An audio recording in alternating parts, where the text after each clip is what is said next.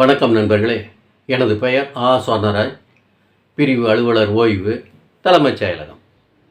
Compassionate ground appointment, கருணை அடிப்படையிலான பணி நியமனம். இந்த கருணை அடிப்படையிலான பணி நியமனம் அப்படிங்கிற ஸ்கீம் 1972 இன்ட்ரடியூஸ் பண்ணுறாங்க. இப்போ தொடர்ந்து நடைமுறைப்படுத்திக்கிட்டு வர்றாங்க.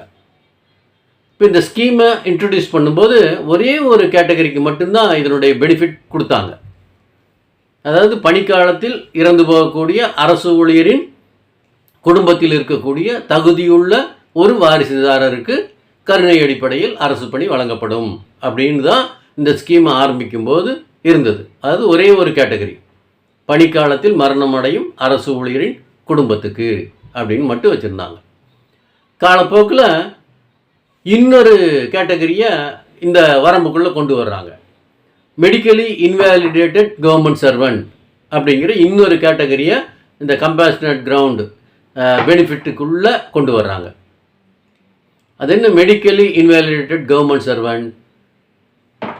ஒரு அரசு பணியில் இருக்கக்கூடிய அரசு பணியாளர் ஏதோ ஒரு காரணத்தின் அடிப்படையில் உடல் ரீதியாகவோ அல்லது மன ரீதியாகவோ பாதிக்கப்பட்டு தொடர்ந்து அவருடைய அரசு பணியை மேற்கொள்ள இயலாத சூழ்நிலை வருமானால் அவருக்கு மெடிக்கல் ரிப்போர்ட்டை ஒன்று வாங்கணும்.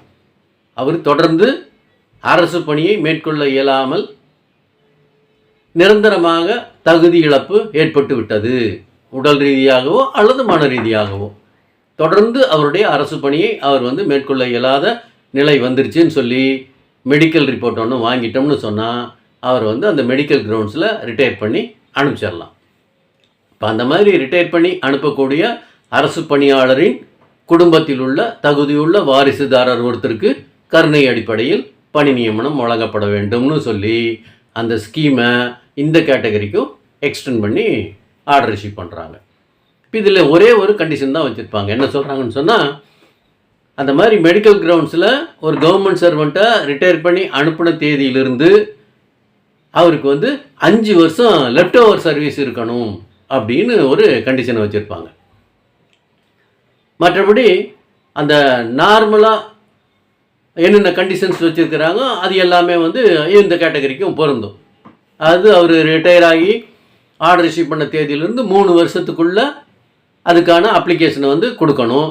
அப்புறம் என்னென்ன சர்டிஃபிகேட்லாம் என்க்ளோஸ் பண்ணி அப்ளிகேஷன் கொடுக்கணுமோ அது எல்லாமே இந்த கேட்டகரிக்கும் பொருந்தும். சரி, இப்போ பணியில் இருக்கக்கூடிய அரசு பணியாளர் உடல் ரீதியாக எப்படி பாதிப்படைவார் அப்படிங்கிற கேள்வி நமக்கு வரும். அதுக்கு சில உதாரணம் சொன்னோம்னா நம்மளுக்கு ஈஸியாக புரியும். இப்போ ஒருத்தர் அரசு வாகன ஓட்டுநராக இருக்கார், டிரைவராக இருக்கார். இப்போ விபத்து ஏற்படுறதுக்கு வாய்ப்புகள் நிறையா இருக்குது. இப்போ அந்த மாதிரி ஏதோ ஒரு விபத்து ஏற்பட்டு அதன் மூலமாக உடல் ரீதியான பாதிப்பு ஒரு கவர்மெண்ட் சர்வெண்ட், அதாவது டிரைவராக இருக்கக்கூடிய ஒரு கவர்மெண்ட் சர்வெண்ட்டுக்கு உடல் ரீதியான பாதிப்பு வந்துருச்சுன்னு சொன்னால் அவர் தொடர்ந்து அவருடைய பணியை மேற்கொள்ள இயலாமல் போகுமானால் இப்போ அவருக்கு இந்த மெடிக்கல் ரிப்போர்ட்டை வாங்கி அவரை ரிட்டையர் பண்ணி அனுப்பலாம். இது ஒன்று. இன்னொன்று, கவர்மெண்ட் ப்ரெஸ்ஸு. இப்போ அந்த மாதிரி இடங்கள்லாம் விபத்து ஏற்படுறதுக்கு அதிக வாய்ப்புகள் இருக்குது. இப்போ அந்த மாதிரி இடங்களில் ஏதாவது ஒரு விபத்தில் ஒரு தொழிலாளி சிக்கி அவருக்கு ஏதாவது உடல் ரீதியான பாதிப்பு வந்துச்சுன்னு சொன்னால் அவங்களுக்கும் இந்த கேட்டகரியில் பெனிஃபிட் கிடைக்கும். அப்புறம் பால் பண்ணை மாதிரி இடங்களில் பாய்லர்லாம் இருக்கும். அந்த பாய்லர்லாம் வெடிக்கிறதுக்கு வாய்ப்புகள் இருக்கும். இப்போ அந்த மாதிரி சுச்சுவேஷனில் ஒரு கவர்மெண்ட் சர்வெண்ட் பாதிக்கப்படுறார் அப்படின்னு சொன்னால் உடல் ரீதியான பாதிப்பு வந்துருச்சுன்னு சொல்லி அவருக்கு இந்த மெடிக்கல் கிரவுண்ட்ஸில் ரிட்டைர்மெண்ட் கொடுக்கறதுக்கு வாய்ப்பு இருக்குது. சரி, இப்போ மன ரீதியான பாதிப்புன்னு சொல்கிறோமே அது எப்படி அப்படின்னு பார்த்தோம்னா, இந்த புத்தி சுவாதீனம் இல்லாதவங்க அப்படின்னு சொல்லுவோம் இல்லைங்களா. இப்போ அந்த மாதிரி மன ரீதியான பாதிப்பு, அவர் என்ன பண்ணுறாருன்னு அவருக்கே தெரியாது. இப்போ அந்த மாதிரியான சுச்சுவேஷனில் அவருக்கும் மெடிக்கல் ரிப்போர்ட்டை வாங்கிட்டு அவங்கள ரிட்டையர் பண்ணி அனுப்பிச்சிடலாம். அவங்களும் இந்த கேட்டகரியில் பெனிஃபிட் வாங்கிறதுக்கு உரிமை இருக்குது. இப்போ ஆரம்ப காலத்தில் இந்த ஸ்கீமை இன்ட்ரடியூஸ் பண்ணும்போது செல்ஃப் டிராயிங் ஆஃபீஸர்ஸ்க்கு மெடிக்கல் போர்டுக்கு ரெஃபர் பண்ணுவாங்க. செல்ஃப் டிராயிங் ஆஃபீஸர் பொறுத்த வரைக்கும் மெடிக்கல் போர்டுக்கு ரெஃபர் பண்ணி அந்த மெடிக்கல் போர்டு இதுக்கான சர்டிஃபிகேட் கொடுத்தா மட்டும்தான் அவங்களுக்கு இந்த ஸ்கீமுக்குள்ளே வர்றதுக்கு எலிஜிபிலிட்டின்னு சொன்னாங்க. இந்த நான் செல்ஃப் டிராயிங் ஆஃபீஸரை பொறுத்த வரைக்கும் ஒரு மெடிக்கல் ஆஃபீஸர்கிட்ட இந்த சர்டிஃபிகேட் வாங்கினா போதும்னு வச்சுருந்தாங்க. இதில் நிறைய முறைகேடுகள் வந்துச்சு. இப்போ 50 வயசு ஒரு கவர்மெண்ட் சர்வெண்ட்டுக்கு வருதுன்னு சொன்னால் அவர் ஒரு மெடிக்கல் ஆஃபீஸர்கிட்ட போய் அவர் மெடிக்கலி இன்வேலிடேட்டட் கவர்மெண்ட் சர்வெண்ட்னு ஒரு சர்டிஃபிகேட் வாங்கிட்டு வந்துடுவார்.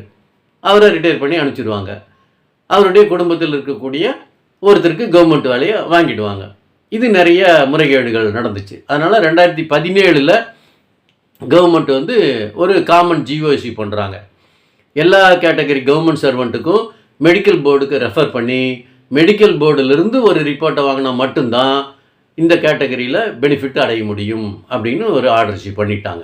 சரி, இப்போ அந்த மெடிக்கல் கிரவுண்ட்ஸில் ரிட்டையர் பண்ணி அனுப்பக்கூடிய கவர்மெண்ட் சர்வெண்ட்டுக்கு என்ன மாதிரியான பெனிஃபிட் எல்லாம் கிடைக்கும் அப்படின்னு சொன்னால், நார்மலாக அவர் வந்து வயது முதிர்வில் ஓய்வு பெற்றால் அவருக்கு என்னென்ன கிடைக்குமோ அது எல்லாமே அவருக்கு வந்து அந்த பென்ஷன், கிராஜுவிட்டி, அந்த பெனிஃபிட் எல்லாமே கிடைக்கும். இதில் நம்ம ஒன்று பார்க்க வேண்டியிருக்கு. என்னென்னு சொன்னால், டேட் ஆஃப் ரிட்டையர்மெண்ட்டு இவருக்கு என்ன தேதியில் ரிட்டையர் பண்ணி ஆர்டர் கொடுக்குறாங்களோ அந்த தேதியிலேருந்து 3 வருஷத்துக்குள்ளே இவங்க வந்து வழக்கம் போல் அப்ளை பண்ணிடணும். என்னென்ன டாக்குமெண்ட்லாம் கொடுக்கணுமோ அது எல்லாமே வந்து அந்த வித்தின் த டைமில் கொடுத்து எப்பவும் போல் அந்த ப்ராசஸை தொடங்கணும். இப்போ இதுதான். மற்றபடி வந்து அந்த டெத் வயலின் சர்வீஸுக்கும் இதுக்கும் வேறு வித்தியாசம் எதுவும் கிடையாது. அது வந்து இறந்த தேதியிலேருந்து 3 வருஷத்துக்குள்ளே அப்ளை பண்ணணும். இது வந்து எந்த தேதியில் இவர் வந்து மெடிக்கல் கிரவுண்ட்ஸில் ரிட்டையர் பண்ணி அனுப்புகிறாங்களோ அந்த தேதியிலேருந்து 3 வருஷத்துக்குள்ளே இவங்க வந்து அப்ளிகேஷனை கொடுக்கணும். இதை தெரிஞ்சுக்கணும் அப்படிங்கிறதுக்காக தான் இந்த வீடியோ. சரிங்களா? நன்றி, வணக்கம்.